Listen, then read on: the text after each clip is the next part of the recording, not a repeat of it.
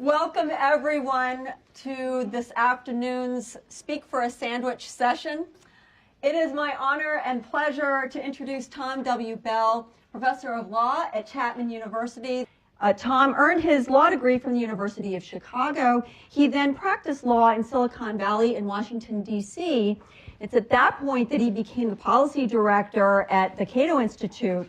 And he finally, though, heard the call of teaching to return to the classroom, where he joined the Fowler School of Law at Chapman University, where he teaches courses on common law, copyright, internet law, and the Third Amendment. He's a widely published scholar in scholarly journals as well as popular outlets, having appeared in or been quoted in the Wall Street Journal, CNN, The Economist, and the Los Angeles Times. Today's talk, Tom is focusing on his new book, Your Next Government, From the Nation State to the Stateless Nations, just published with Cambridge University. In this book, Tom observes how governments across the globe are evolving from lumbering bureaucracies into small and more agile special jurisdictions. He describes a quiet revolution of sorts, transforming governments from bottom up, from inside out. And he describes how this transformation will bring more freedom, peace, and prosperity to people around the globe. Please join me in welcoming Thomas W. Bell.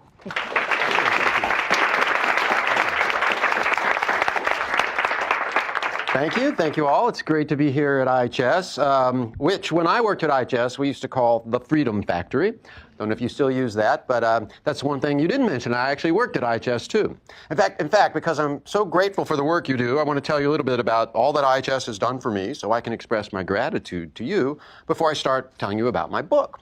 So I went to my first seminar in 1988. That was in California. And I went back to grad school for 1 year. I was a philosophy grad at USC, and then I decided I wanted to go to law school, and I had this gap year, and IHS contacted me. They needed some help. They needed a lackey, basically. That's probably what some of you are. I carried a lot of boxes, did some mailings, and also, because I was working under Tom Palmer, helped arrange trips for him to go to the then it was still the Soviet Union. Remember, this was 89, the fall of 89. I was at IHS. And we were doing things like, Tom had contacts in Czechoslovakia. We put together over a ton of books. There's a photo of this in the archives. I have a copy myself of me and David Fitzsimons, another IHS alum who became a faculty member, next to this big stack of books, boxes of books. And it was Hayek and Friedman on liberty translated into Russian. And we shipped those to we could get into the then Czechoslovakia. We could get our stuff to Czechoslovakia, to Prague, and then we had agents. I guess you'd call them agents, maybe secret agents. And they would put these books in suitcases, because we found if you used the trains, you could get into Russia. They weren't as careful checking all the suitcases on trains. You know, you look like a babushka, you carry a lot of bags, maybe have a chicken under your arm, you could go anywhere. And you can imagine how exciting it was to ship, as we called it, intellectual dynamite to the heart of the evil empire. It's intensely exciting. Tom Palmer did all the hard work. I sat back in Fairfax and basically bought him train tickets and packed books, but it was good work. And thank you, IHS, for letting me do that. While I was there, they helped me apply to law school. I was actually, some of you might know Walter Grinder. He was a good guy, and he was at IHS then, and he was there at IHS on a Saturday morning. We were working, and I got the letter from the University of Chicago Law School, and it was so great that Walter was there when I opened it up, because he helped me. He reviewed my application essay, Walter, and he said, could you take out all these capitalized big words like liberty? You know, it's kind of like a little over the top. Just tell them about yourself. So Walter helped me get into Chicago. I went to Chicago, and there too, you didn't mention this, and I think it bears noting, I got very generous financial support from IHS. And they wanted me to go into academia, and as you noted, eventually I did. I had to pay off some other debts. And I got some good experience in DC and in law firms. And then I went into academia, and since then, oh my gosh, I've been to so many seminars I've taught. IHS has taught me about public speaking, how to do interviews. Wow, there's so many things I've done with IHS, including, well, the first book, the copyright book, was with the Mercatus Center. I know they're right next door. I'm sure they're your fellow travelers. And I got a lot of help from IHS with this book, too. which now we'll turn to. This is my newest book, Your Next Government. There's a question mark, so I guess, we should kind of uptalk in the title, Your Next Government, or Your Next Government. And the question mark, by the way, was a big deal because Cambridge did not want me to have the question mark. So I let them do the subtitle. I said, look, I'll let you, they had a different subtitle. That was their preferred subtitle. I had a different one. I said, all right, you guys have your subtitle, you give me the question mark. And they gave it to me, and I'm happy about that. They did not want the question mark, by the way, because they thought, I'm supposed to tell the world, here's your next government. That's totally not what the philosophy of the book is. The great thing is we're going to have more choice in government. So that's what this book is all about. I see more choice in government coming down the road for us, and that's good. Maybe Cambridge doesn't think that's good, but I do, and I think you will too. So let's talk a little bit about this book. This book describes the quiet revolution that is transforming government all over the world from the bottom up and the inside out. And a lot of the facts here I didn't know until I researched the book. It made me very happy, and it was very surprising. So I'm going to share some of that with you today. It proceeds pretty plainly. We start with some facts. It's a scientific method. Oh, it's going to give us a new screen every time. And then we're going to talk a little bit about theory, just a little bit. And finally, some stories from the field, the practice of this area of law. Because one of the fun things about this research area is that it's allowed me to get out from behind my desk and from behind my computer screen and go meet with clients and try to transform the world. It's been very exciting. And I think now we have the caveat there that I'm not talking for any of my clients here today. I'm a good attorney, so I need to make sure I don't get my clients in trouble. Let's start with some facts. This you're going to like, because it turns out governments all over the world are changing. There is this revolution, this quiet revolution that is happening from the bottom up, because it starts small and goes big, and the inside out, and it's happening worldwide too. This is going to take me a while to get through all these. Okay, let's start with this. This is a picture of North and South Korea. You've probably seen this before. And what this demonstrates is that governments are really important. If you get the rules wrong, people live in the dark, literally and figuratively. Figuratively, because they live under oppression, they don't have access to information, they can't live their lives the way they want, it's a tragedy, they starve to death in worst case scenarios, or they're imprisoned. That's North Korea. They tell me to stay behind the lectern, so I can't walk over there, but let's see if I have a pointer here. No, it's not working. Oh, there we go. So North Korea is in there. I don't know if you guys can see it. And South Korea is the big bright spot in the middle of the map, and that shows where the border is between these two countries. Let me give you a more concrete, less concrete, but more factually backed example from the World Bank. So the question is, what is the largest source of wealth in the world? The World Bank did a study on this. They said, I think it's called, I have the site here at the end, the sources of wealth, or wealth in the world. And it's a funny thing. The World Bank, they themselves did not jump out and scream this. But I actually had to look at two places in the book and put them together to make this chart. This should have been the first page of their book. And what does this show us? When we think about wealth, we tend to think about, things like diamonds or cars or maybe big buildings or maybe, stocks and bonds. And if you look here, you can see that is one of the least important sources of wealth in the world. Physical stuff is very unimportant. Education, relatively important. The largest single source of wealth in the world, according to the World Bank, is the rule of law. Now, that might be a little puzzling. It is intangible. And I like to illustrate this with a thought experiment. Back in the 80s, under the Reagan administration, NATO developed this policy of using neutron bombs. And the idea is if the Soviets invaded Eastern Europe, they would explode these nuclear weapons in the atmosphere above the invading troops, and there'd be a burst of radiation, but they were clean bombs, so there was no real fallout. But that burst of radiation would kill the troops on the ground and leave their tanks and leave the buildings and roads. Now, of course, it's inhumane. It's war, but it's less inhumane than turning the whole of Eastern Europe into a nuclear wasteland that no one can inhabit, turning it all into a Chernobyl kind of scenario. So that was the neutron bomb. Let's imagine a law bomb. A law bomb. In this imaginary bomb, you explode it in the atmosphere. Let's pick New York City, over New York City, and everybody forgets the law. That's all it does. So the bomb goes off at night, they wake up in the morning, and the law is gone. Now, what's that going to do to the value of New York City? Well, they still have diamonds and nice cars, but guess what? Those aren't worth so much anymore because one, you don't know who owns it, and two, if you get your hands on it, somebody can walk up and punch you in the face and take it away. There's no law against that. So all that value, poof, gone. But it's more than that. These people wake up and they go, what am I doing here? Do I have any contractual obligations to go to the office today? I don't. There's no law. I'll just stay home in my, whoops, I guess it's not my apartment. Maybe I better get out of here. People can just break down the door and take my stuff. I got no protection. Or maybe I should just hunker down and stay here and lock the door. At least I got that protection. You can see if you think this through, basically you'd have to flee New York City. There's nothing you could do there. You could not run your life there. And that would destroy all the value in New York City just by getting rid of the rules. So the rule of law, very important. So it's worth focusing on that if you want to make the world a richer place. But here's the good news. It turns out that there's this revolution going on from the bottom up that is making that more likely. So let's start with the bottom up. My pitch for the book is that this revolution is from the bottom up and from the inside out worldwide. So let's start with bottom up, because I include in government reform things like HOAs and condominium associations and other private communities. Because municipal government is a form of government, right?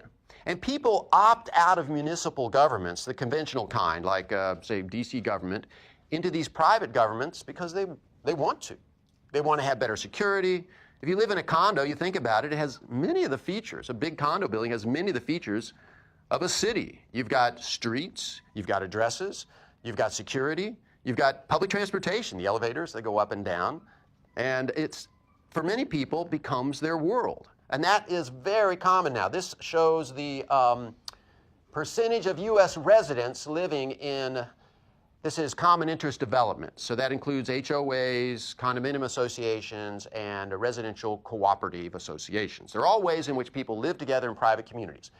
From 1970, when there was basically zero of these in the United States, we're about up now to 25%. So that shows people are opting out of conventional municipal governments into these private governments because it gives them what they want.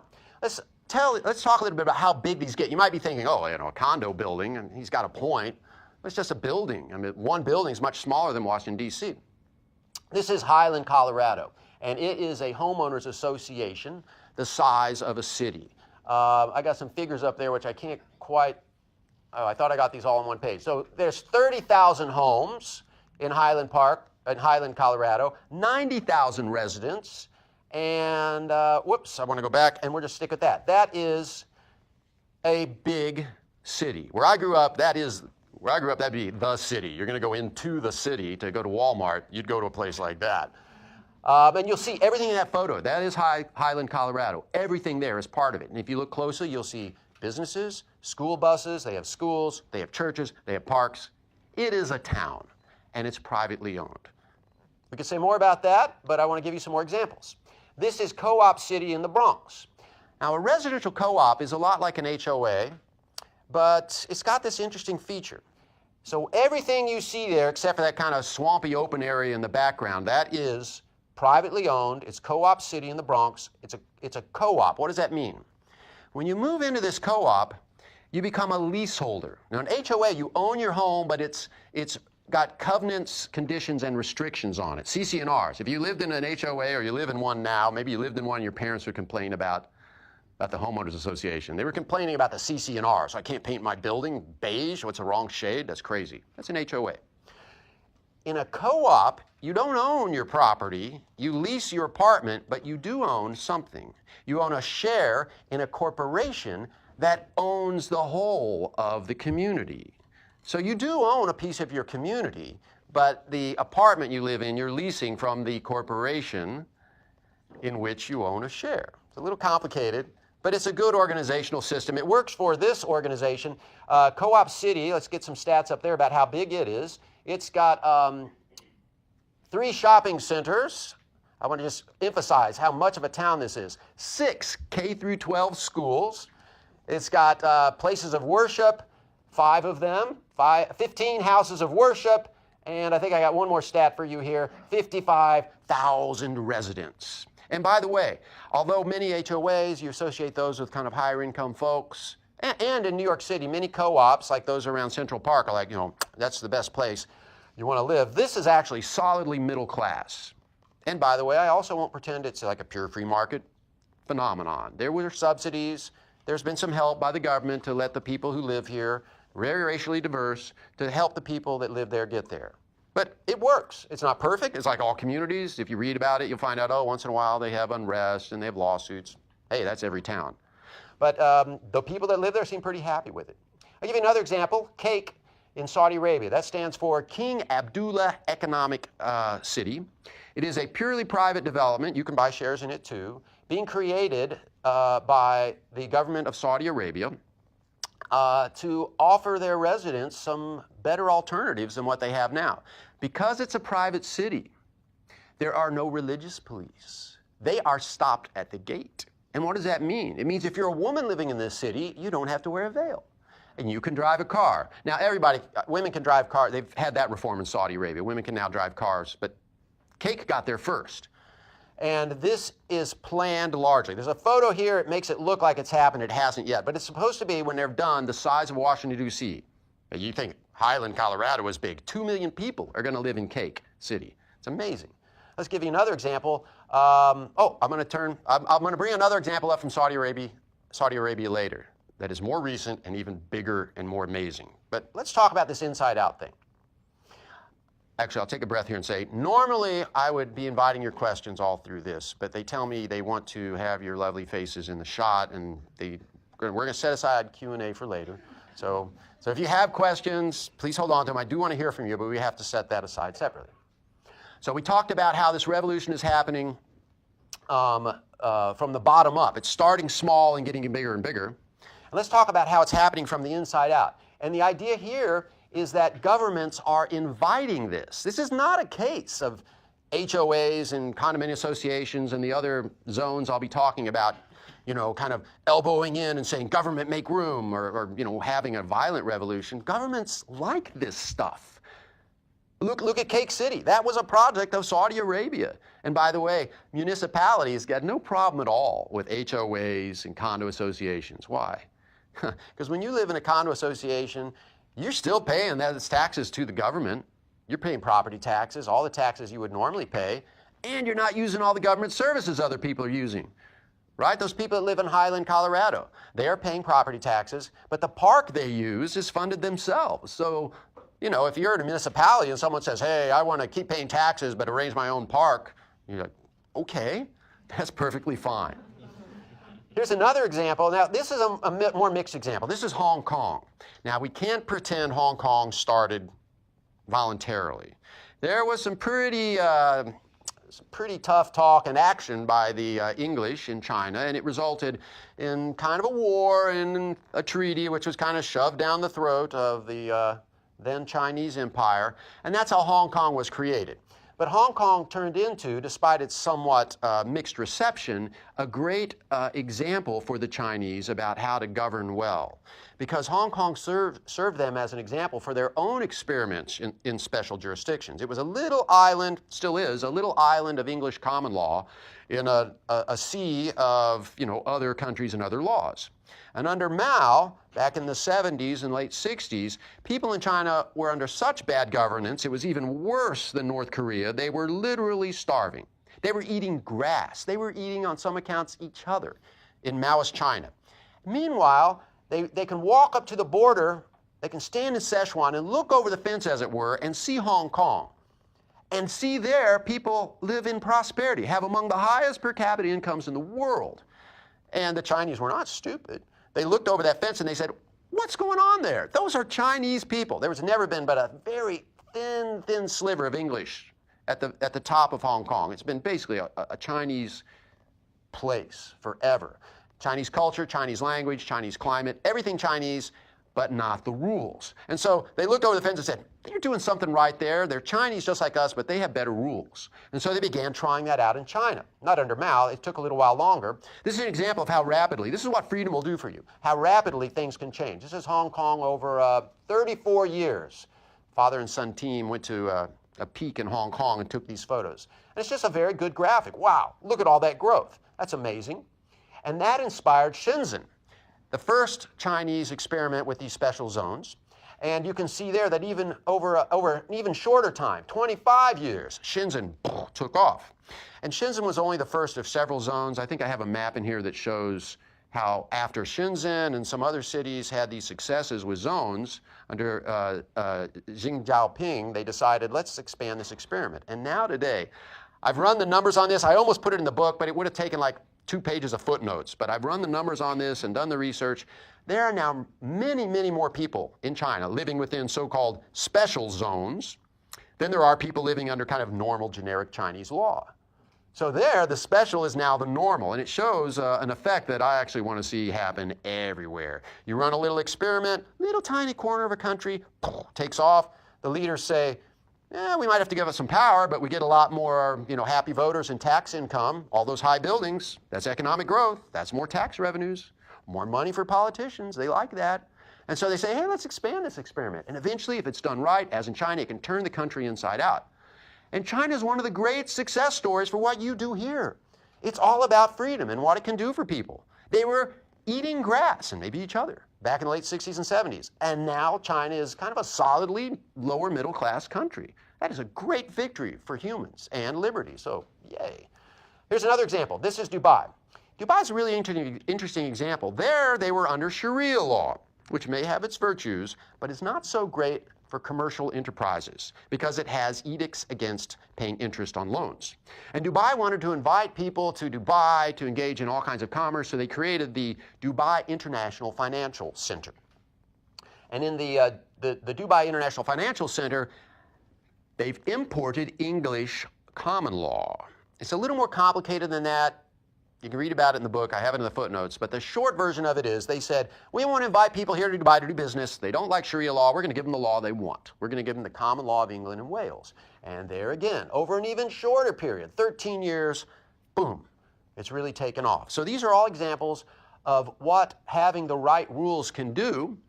And it explains why these zones are very popular with governments. So the revolution is happening with the cooperation of government. Think about that. Actually, I was on the Hill yesterday talking to people. It turns out you can sell politicians on this stuff because they're not fools. They may want power, but they see that a way to get there through these zones is by giving people more freedom. That's a very promising arrangement. And this charts out, I didn't know these facts, by the way, friends, until I started researching for the book. And it really shocked me. It really amazed me. This is a chart that shows the growth of special zones in the world. And I have 2 lines there because, it's controversial, or at least it's controverted, what counts as a zone. Certainly, that bottom line tracks the number of zones in the world. What are we up to now? Up in the, about the 400s or so, and maybe you have as many as, I think it says 1,000. I have a little trouble seeing it from here. The higher line is because sometimes these zones are as small as a single part of a floor of a factory. Actually, for public policy reasons, I have concerns about a zone that small. Then it starts looking like just, some kind of like tax loophole. But I got to admit, these zones are out there. And it just goes to show, these zones, I'm not going to say every zone is good. To me, I feel like a biologist. And I've gone out in the field and I found this kind of new political animal. And like any species, it comes in all the types. Or maybe it's more like a genus. It's a genus, and there's these different species of zones. You got your big scale, city-sized, special economic zones, and your very small little things. You should ask Stan Griswold sometime about foreign trade zones in the United States. He used to be head of an organization, the leading organization in the United States, that helped promote the interests of these zones. And I got a chart for that here, too. There are over 200 of these zones in the United States, and some of them are as small as a single part of a factory, and that would explain the higher line there. That's very common in India and Bangladesh, too. They have these little tiny zones. All right, so let's move on. Very popular with governments all over the world. And let's say something else you're going to like about this. Most of these zones are private. There are many examples, actually, of governments setting up zones. But the trend is towards having private parties decide where to build a zone and having private parties fund all the development and having private parties run the zone. Why? Because it works. It works. This shows the numbers. If you look at that for a while, you can see there are more private ones than public ones. And the reason, I think I have a quote here. Yeah, this is from, I think it's from the World Bank. And it says the private zones are less expensive to develop and operate, and yield better economic results. Well, that's pretty short and sweet. That'll tell you why you should let the private sector do this instead of the public sector. All right, let's just recap that from the inside out. So governments actually like these zones. They're taken off in America and all over the world. And the reason is because they work, and even politicians can see that. So it's a great opportunity for those of us who like liberty to maybe, push that button pretty hard and repeatedly and bring more liberty to people all over the world.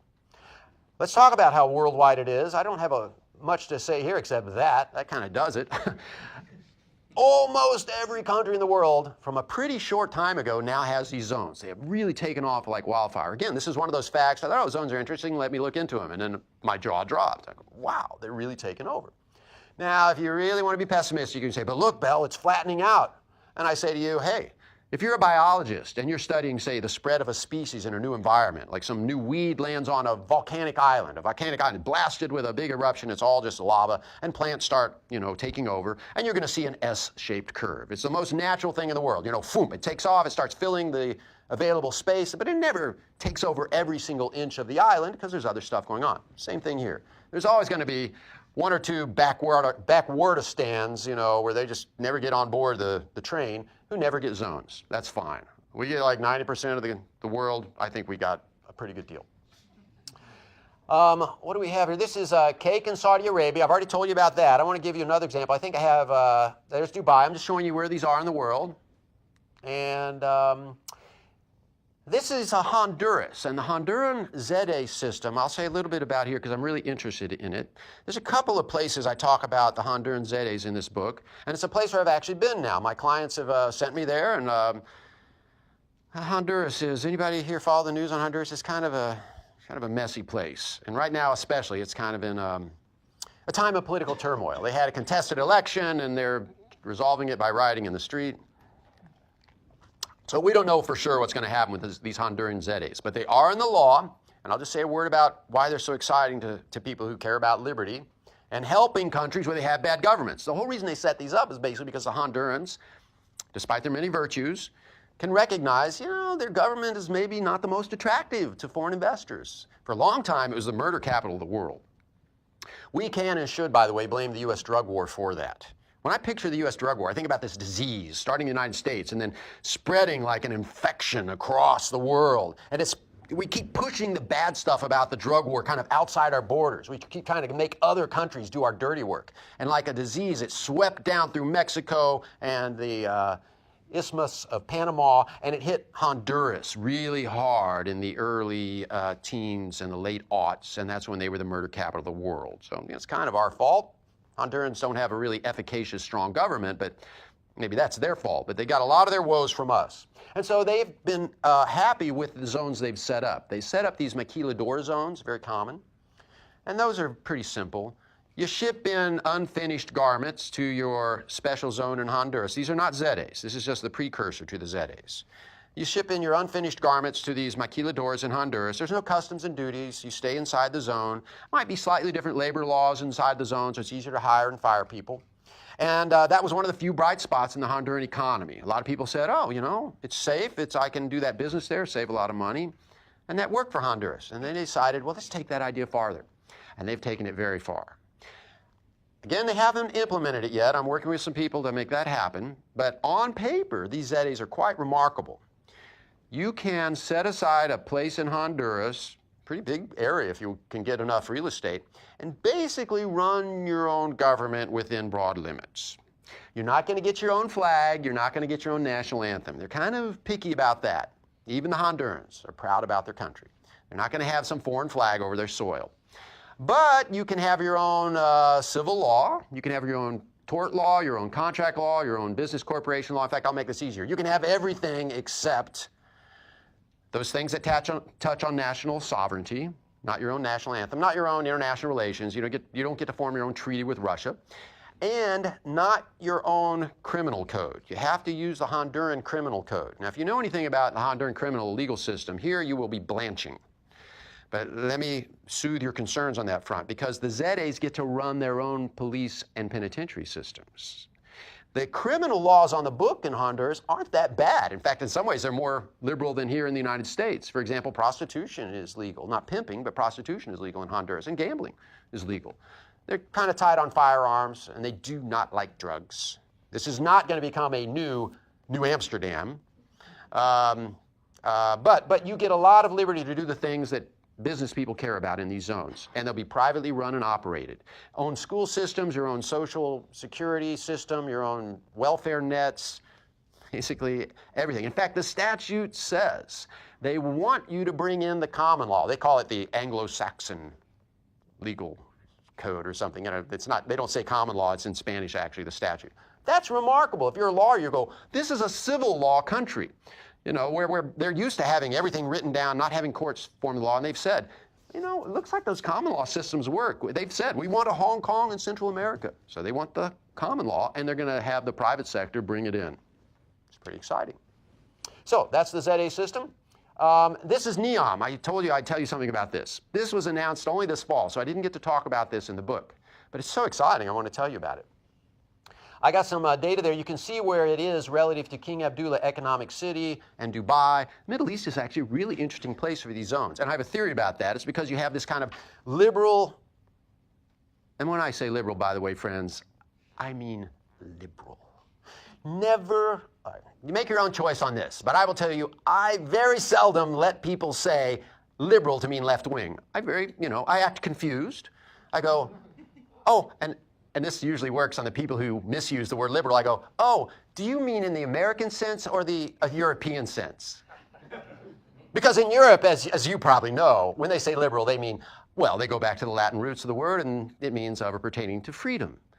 But perhaps you're using it in the American way. And usually people go, well, you could say progressive. Oh, yes, let's use that word. But anyhow, so I have a theory about the Middle East. There's this liberal elite at the top. They've been to Paris. They've been to New York City. They know how good life can be. And they go back home and they go, oh, my God, there's these religious police walking around whipping people for driving. And that's just barbaric. And they see that.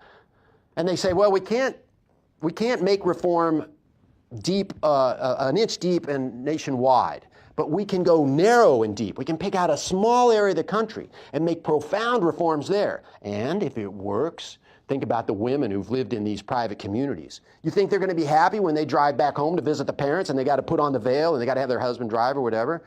No, they're going to recognize it for what it is. It's barbaric. They've seen something better. And eventually, as in China, I hope we'll turn this whole world inside out. And when they liberate women, I've taught, we had an exchange program with, I think these women were from Dubai. I think they were from Dubai. We had an exchange program at Chapman. Very smart women. And think about it.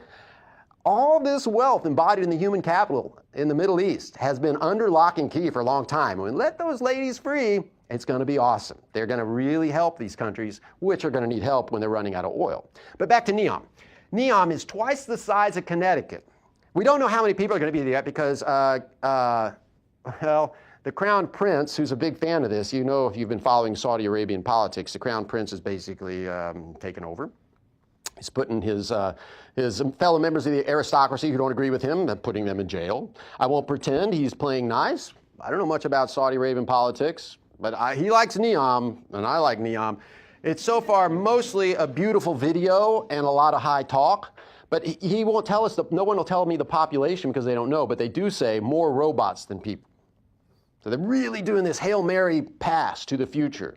We're going all in. We're going to create this whole new big area that's going to have its own government. They've already done King Abdullah Economic City. They've seen Dubai. They want to go big here. And I think this is a project of the prince to reform his country, to have a blank slate to do what he wants. So keep an eye on NEOM. Okay, let's see what else we got here. This is the U.S. trade zones, U.S. foreign trade zones. And let me tell you about these. As I said, Dan Griswold, our local expert for you, can tell you all about this later. I'll give you the quick story on them now, FTZs. They were created in the 1930s in response to the Smoot-Hawley Acts. Now, the Smoot-Hawley Acts sort of shut down international trade, and America just realized, we just shot ourselves in the foot.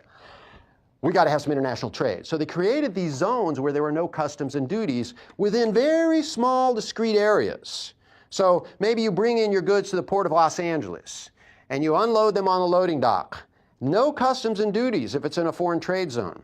And you have to keep them inside a secure customs area. It's actually like a chain link fence all around this. You don't just walk into Los Angeles from this port.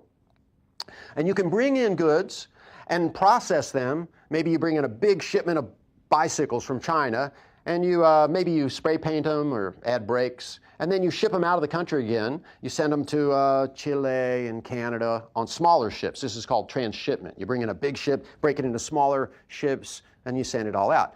And you never have to pay customs and duties if you're in a foreign trade zone. So that's very attractive to businesses that are engaged in international trade. And they have really taken off. They were not, as you can see, a big deal at first, but in recent years they've just exploded in popularity. In fact, every U.S. state now has one, because they're at international ports. You're thinking, Kansas has an international port? Yeah, it does. Airports. Airports qualify. And I think I have another, okay, that's on the FTZs. I want to go back to that just to show you, I think I had one more thing to say about the FTZs. So this really surprised me. I was thinking, oh, zones are cool. I wish America had some zones. And then I went, wow, they really do have zones. I had never heard about foreign trade zones. I started researching this book. There's some other interesting things about them. They don't do as much as they could. They're like most zones in the world. It's not like NEOM. It's not like Hong Kong. It's not a whole government. In fact, there's no retail in these FTZs. You can't reside there. It's not really like Shenzhen. You know, as I said, these zones are like a genus, and this is a species of zone, which is kind of primitive and simple. And one thing that I've been doing in DC is trying to talk people into using this framework to do a little more. Do a little more. You know, maybe we could throw in a few more things in these zones, or maybe create alternative zones. A chapter in the book describes U.S. SEZs as my proposal to create full-blown special economic zones in the United States. And very quickly, the scheme is to have federal lands, which the government leases on long-term leases. Josh is back there going, I like this. To private parties. So you could have, for example, Google says, oh, we're interested in building cities. And the federal government says, how would you like to lease a lot of sagebrush covered territory in Nevada? Sure. You do an open bidding. Google buys many square miles of sagebrush or leases many square miles of sagebrush in Nevada, and they basically get kind of a blank slate. I'm sure there'd be some bargaining. You know, Google would say, how about no labor code? And probably they say, well, how about a minimum labor code? How about environmental? You'd have to bargain, and that's a good thing. Because when you have lots of dials you can turn, you can get things done, because you can do favors for people. You know, you can do log rolling. If it's simply give us all freedom or nothing, it never flies. But anyhow, there's lots of variables you can play with, and ultimately we have a private chunk of Nevada, a chunk of Nevada being run by Google. It'd be within these, you know, confines, and they could do some experiments in governance that we could all learn from. And by the way, they might not succeed, and that's a good thing. We should have lots of experiments in governance, all voluntary, private money at stake, not our money, and all the people who move there choose to move there, and once in a while they'll screw it up. And we'll all kind of stand back and say, thanks for having that train wreck for us. We now know that, you know, maybe we learned universal income doesn't work. You tried it there. Wow, train wreck. Didn't happen to me. Thank you. So we should have lots of these experiments in America and elsewhere, and we'll learn from them. All right, let's talk about theory. So we've talked about the facts. To me, again, the book was like, whoa, I got to tell people about this. This is mind-blowing. And let's talk about theory now. Now, I'll go through this quickly. I don't think you guys will be a hard sell on this. But basically, my view of this is increased consent. That should be our goal here. We want to have more consent in the world. Consent is kind of my touchstone. We can disagree about a lot of things, you know, whether you're a natural rights theorist, utilitarian, whatever. And as you can see in the book, I argue, look, utilitarians like consent, deontologists like consent, erotic philosophers like consent. If you do virtue theory, you like consent because, you know, it gives you a chance to exercise your moral muscle and become a fully reasoning adult. But too many people, especially really in our camp, I think, view consent as a binary relation. They think either you agree or you don't agree. And that's certainly part of consent, but it's not the interesting part of consent. And with due respect to my economist friends, I think we get some of this from economists. Economists think about whether or not a sale happens or not, whether or not there's a transaction or not. And that is binary. You can see somebody reach in their pocket and put money on the table and walk away with a pack of cigarettes. You know, it's consensual. But in the law, you learn about all these gradations of consent, that there are many shades of consent.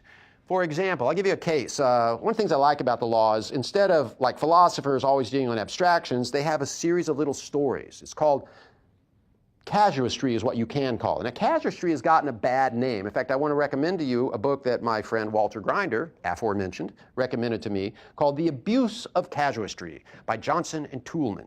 And it really changed my thinking about philosophical reasoning. I know we probably have some philosophers here, moral theorists, so I would recommend this book to you. And the argument is, it's fine and dandy to have highfalutin theory that starts from first principles and kind of derives allegedly moral results. That's not really how people reason. They tend to reason from stories. They take a case and they go, well, that's clearly the right thing to do there. And they take another case, another case, another case, and they have a new case and they find where it fits. So that's casuistry. And a case that illustrates the grades of consent, here's one, Cottenham versus Wisdom. Kind of a standard first-year tort law case. Guy's riding a streetcar, and he falls off, and he hits his head, and he's lying unconscious in the street. And a couple of doctors come up and they render aid. Turns out the guy does not make it. He does die, but his last moments are made more comfortable, and they tried, and they were professionals. And so they go to the estate and they say, you need to pay us for our services. We are professionals. We rendered care. And the answer comes back, well, he never consented to that care. He was unconscious the whole time.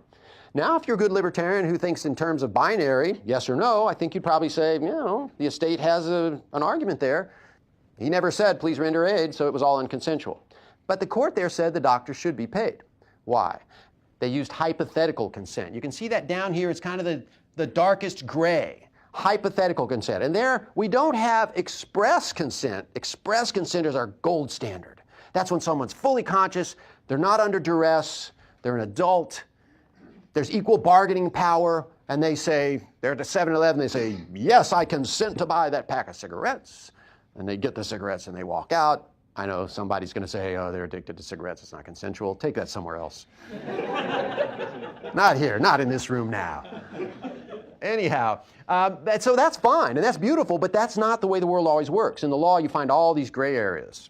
And that's important. And I got to say this as a former fan of Lysander Spooner. Still a fan of Lysander Spooner. But I went through a stage, and some of you might have gone through the stage, you might be in this stage, where Lysander Spooner's essay, No Treason, The Constitution of No Authority, just blows your mind. Because if you haven't read this, you should read it. It's an awesome essay. Spooner is generally awesome. He also, by the way, ran his own private post office for a while and got arrested. Because he said, I should be allowed to do this, I'm a free man, and they said, no, we're going to send you to jail, but he did what he thought was right. But here I don't think he was right. He said on the Constitution, no authority. His argument was basically, I didn't sign that thing. I'm not bound at all. It has no authority over me. Now I see the appeal of that, but I submit to you it's too simple. In fact, unlike some libertarians, I think there's an argument for implied consent, the sort of love it or leave it argument. Oh, well, you're in America and you didn't leave, so you must have agreed to the rules. Now, people hit that way too hard. But I think it is probative of something. It doesn't tell us much. And I believe express non-consent should trump, I guess I can still use that word, express non-consent, that's our word too, should be able to trump hypothetical consent or implied consent. Implied consent is, you're conscious and you can reason, but you never come out and say what you want. It's just impliedly you're hanging around, so you must think it's okay. It's a weak argument for justifying the state, but it's not a zero argument. And I think libertarians are too quick to dismiss those arguments. I think you should grapple with them and put them in context, and I will say of those arguments, better than nothing. I think the United States has a stronger argument to exercise jurisdiction over me than North Korea. Does any libertarian want to say North Korea and America are on parity because I didn't sign the Constitution of either? I think it's a little ridiculous. It doesn't make us look very clever. Instead, I think the thing to say is, look, it'd be better if I expressly consented to the form of government I live under. That would be better than everything. But at least in America, impliedly, I haven't run screaming for the border. That tells us something. And hypothetically, this is Randy Barnett's, he's my favorite jurisprudent, Randy Barnett at Georgetown. I don't agree with him on important things. He is an originalist, for reasons I might get to here. I am no longer an originalist. I don't agree with Randy on everything, but on this point, he's got a good argument. He says, hypothetically, the United States Constitution is justified because if we were designing a constitution, we would design it the way the founders did, to protect individual liberties and constrain government. There's more we could say about that. Read Randy Barnett. You really should. He's a great jurisprudent.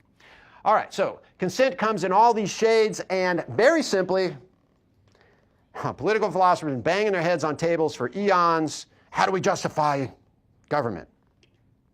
I somewhat boldly say problem solved. The way we justify government is by consent, and it is a question of degree. And our goal is to climb the ladder of consent. If a government is imperfect, and all of them will be, don't just say simply, I didn't sign it, I'm out of here. You have nothing to say to me. Instead say, let's try to make government better. Let's make it more consensual. Maybe we're down in this gray zone and that's not so good. We can see the light and move towards something better. And that's my approach to justification. And when you get to the point where people literally sign the Constitution, they're fully formed adults, there's equal bargaining, they have lots of options, they study the Constitution, they think about it, and finally they go, I'm going to do this. And they sign it. That's express consent. That's what we all want. That's at the top. That's good. It's not going to happen tomorrow. We want to have some things to talk about and work on in the meantime. And so in between now and then, let's get towards that by moving up the ladder. So that's my approach to justification. And we ask then, all right, so consent is good. Did we consent to the nation state? And my argument there is, well, a libertarian of a certain sort would say no. And my argument is not much. It's a question of degree. We did not very much agree to the nation state. All right, so I'll stop with that. There's our theory. The shortest part of the book, probably the densest part of the book. And then we get to practice, and this is the fun part of the book. So IHS has helped me a lot with my academic career, and here's to IHS for that. And none of this would have happened but for that help and my academic career. But for the last year, actually, I've been on half-time at Chapman. A private venture capital firm came to Chapman and said, we like this Bell guy's work on special jurisdictions, and we want to put him to work on building ours. So can we have half of his time? And they bought me out under a sponsored research agreement half of my time. So I taught one class in this last year. I'm teaching one class this semester. Had no classes in the fall. And they've been, flying me around and having me talk with people in government and write contracts and things like that. Super fun. It's really fun. So let me tell you a few things about the practice of this area of law. I'll talk a little bit about ZAs, about Liberland, and CSTEDs, because these are all projects I've worked on. Let's start with the ZAs. I've told you something about them. There's, again, Honduras. I don't feel bad if you didn't know. You said, that's a little country somewhere. Yeah, you didn't know where it was. It's okay. It's kind of obscure. And whoops, I'll go back and tell you a bit more about that. So I've told you about this ZA system. Maybe I've told you about everything I can, actually, already. I have been to Honduras. I visited Tegucigalpa and some other places where my clients want to develop these zones. And you can really read about it in the book. But I'll just tell you, for libertarians, it's a very exciting experiment. It might not ever get off the ground. Right now, as I've often said to our clients, we're in this awkward stage. We're like a big duck or something trying to get in the air. And it's like flapping his wings really hard and honking. And it's like trying to get up speed to get in the air. And we're not flying yet. There's too much going on in Honduras right now. But that's where we are on that project. And if it gets going, it's going to be a showcase for what private parties can do in governance. They're going to have a lot of leeway to build a better system. You're starting in an area where the government is not very good, so it should be easy enough to improve on that. And so hopefully, when I give this talk in 5 or 10 or 15 years, I'll have a slide that shows, and over 8 years, look what happened, right there with Hong Kong and Shenzhen and Dubai, and then we'll go to a ZA. Over 8 years, look how this Hong Kong arose in this beleaguered Central American country. I'd love to be able to say that. And right now all I can say is, read the book and you can learn what's happened and follow the news and maybe you'll hear more. Let's talk a little bit about Liberland. Now this I did not do for any client. This was volunteer work I did, I think it was a couple of years ago, but it's so fun. And I didn't visit here. I wanted to go and visit, but it turns out it's not easy to get into Liberland. Has anybody heard about Liberland? I thought many of you would have. Okay, so those of you who haven't, I'll explain really quickly what happened. It's a funny, funny story. And it's talked about in the book where I talk about this paradox that Liberland threw the Croatian system of justice, such as it mostly is not, how it threw that Croatian system of justice into disorder. So the reason Liberland exists is that little patch of land in between Croatia and Serbia. And those two countries have a kind of a messy past. They've been at war before. This is the Balkans. Things get complicated and violent in the Balkans. And Liberland happened because Croatia wants to argue that the border between Serbia and Croatia follows the former course of the Danube. The Danube is that blue river going between Serbia and Croatia. So it used to be the case the Danube went very much into Croatia. Very much into Serbia. The old path of the Danube goes way into Serbia and took very big chunks of Serbian land in a few little places on the western side of the Danube today. But someone in Croatia sat down and kind of looked at two maps and said we can have the modern present border of the Danube, in which case we lose all that territory in Serbia, or we can have, that's the modern border, or if we could go back to the old border, we get all those big chunks of Serbian land, and we only lose a little tiny sliver here and there of Croatian land. So you with me? And Croatia, that's Croatia's approach to this. They say, oh, we don't like the Danube as the border. We should use the old border of the Danube. And in Liberland is one of those areas, I wish this pointer were working, but I'm not getting it. Oh, it is. I don't know if I can see it there. I can't see it on the screen, but that's a little place where the old border of the Danube was pushed into Croatia. And Croatia looks at that land and they say, that is not Croatia. That is Serbia. It is on the other side of the former course of the Danube. So that's why they don't want it. This is a rare case where government says, we don't want that little patch of land that you think is in Croatia. That's not Croatia, because they want more land in Serbia. And of course, the Serbs say, the border is the Danube today. You can have that little patch of land these people are calling it. We're not interested in Liberland. We just want you to stay on your side of the river and we'll stay on our side. And stop eyeballing all those big chunks of land in Serbia. That's Serbian. So you see the setup? So that put Liberland, Vít Jedlinka discovered this. He ran for I think he got into the Czechoslovakian parliament. It's not a first past the post system, it's a proportional representative system, so you can have oddball parties get into their system of government. And Vít Jedlinka, libertarian, found out about this, and he thought about it, and he checked international law, and he realized this is unclaimed land. Croatia says, that is not Croatia, we want the old Danube. And Serbia says, that is not Serbia. It is on the other side of the Danube. Nobody wants this piece of land. So Vít Jedlinka went there and said, took a flag and went, I'll take it. And this occasioned all sorts of crazy stuff.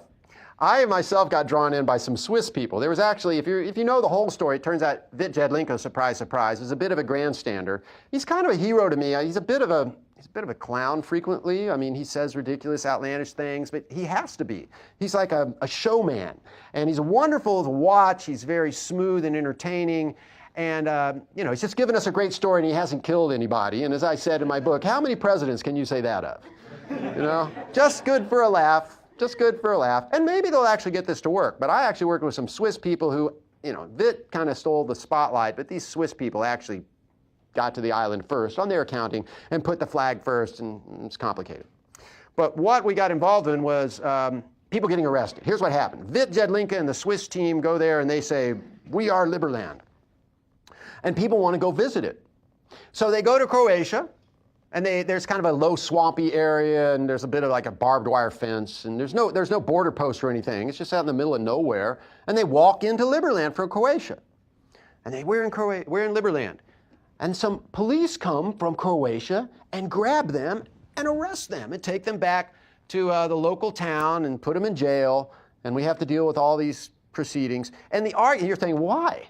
Well, they said, well, you left Croatia without going through an approved border point. Kind of makes sense. It's like if I went down to Texas, South Texas, and I decide, I want to go to Mexico, and I just, go to the wall and I climb over it, or I just wade across the Rio Grande.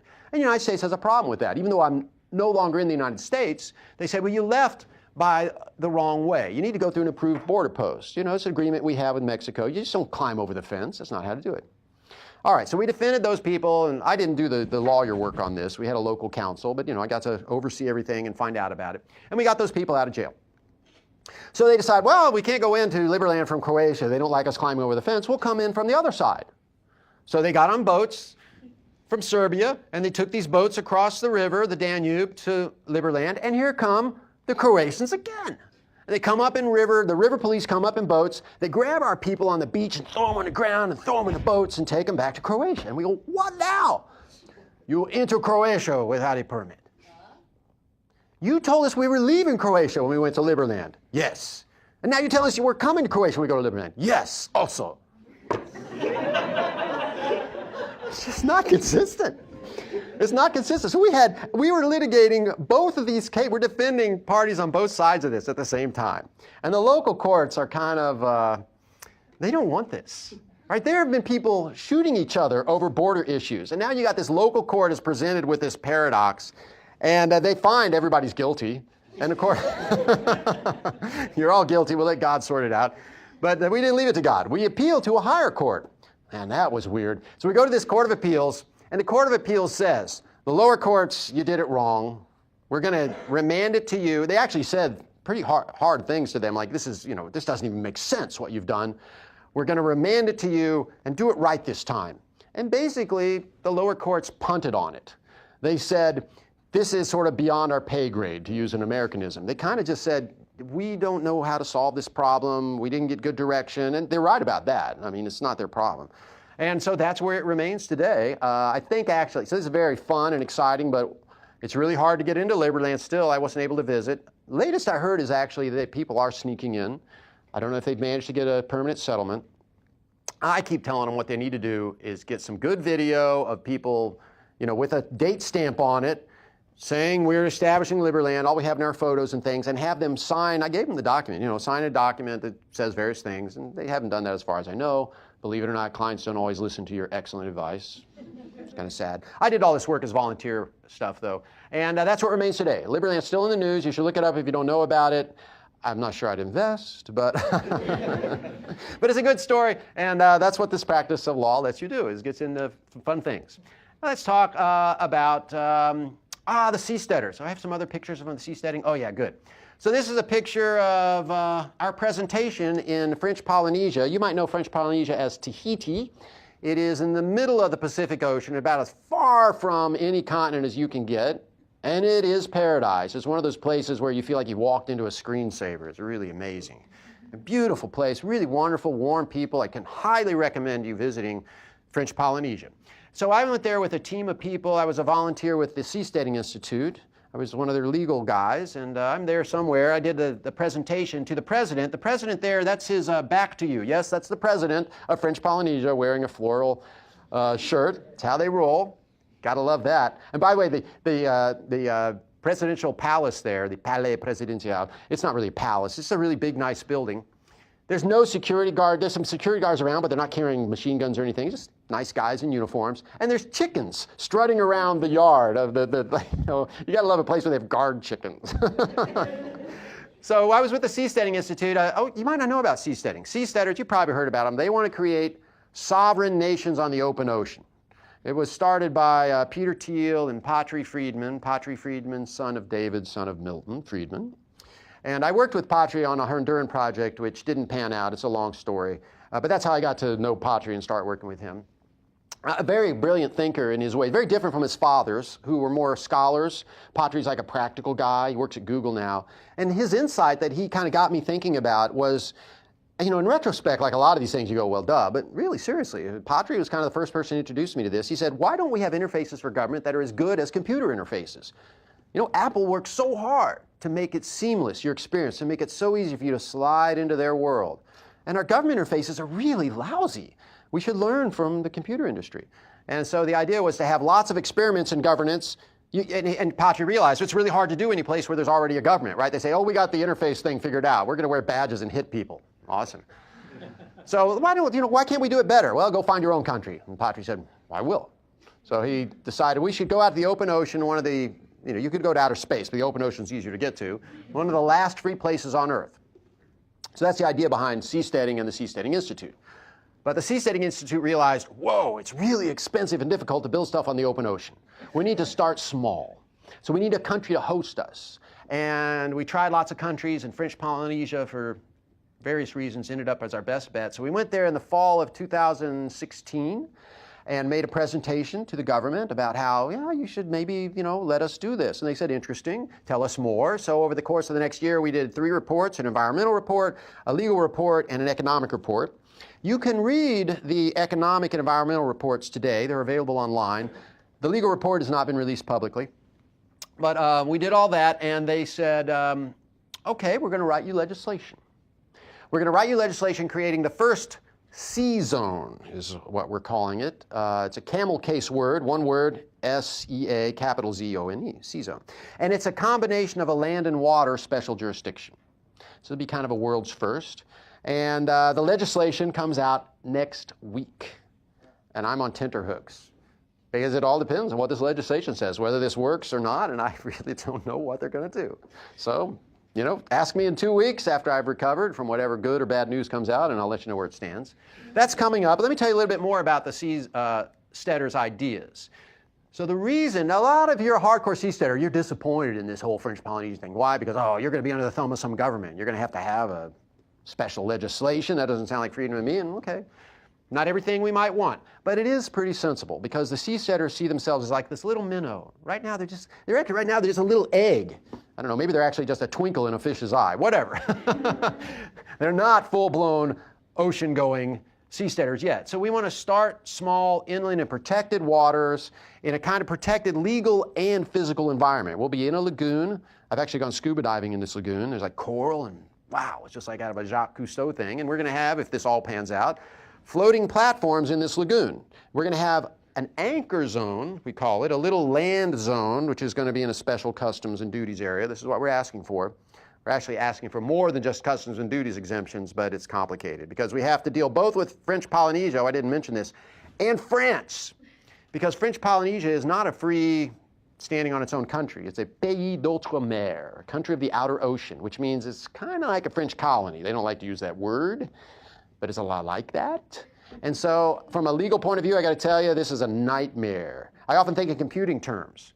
And this is this is not a clean install, right? We got to deal with two governments. We got to get the okay from French Polynesia, and then France gets to look over the shoulder of French Polynesia and say, no, which we're afraid they're going to say a lot. But anyhow, that's where we are with that. And so we're going to start in this kind of sheltered legal environment and physical environment and slowly work our way out. So that's the plan for the seasteaders.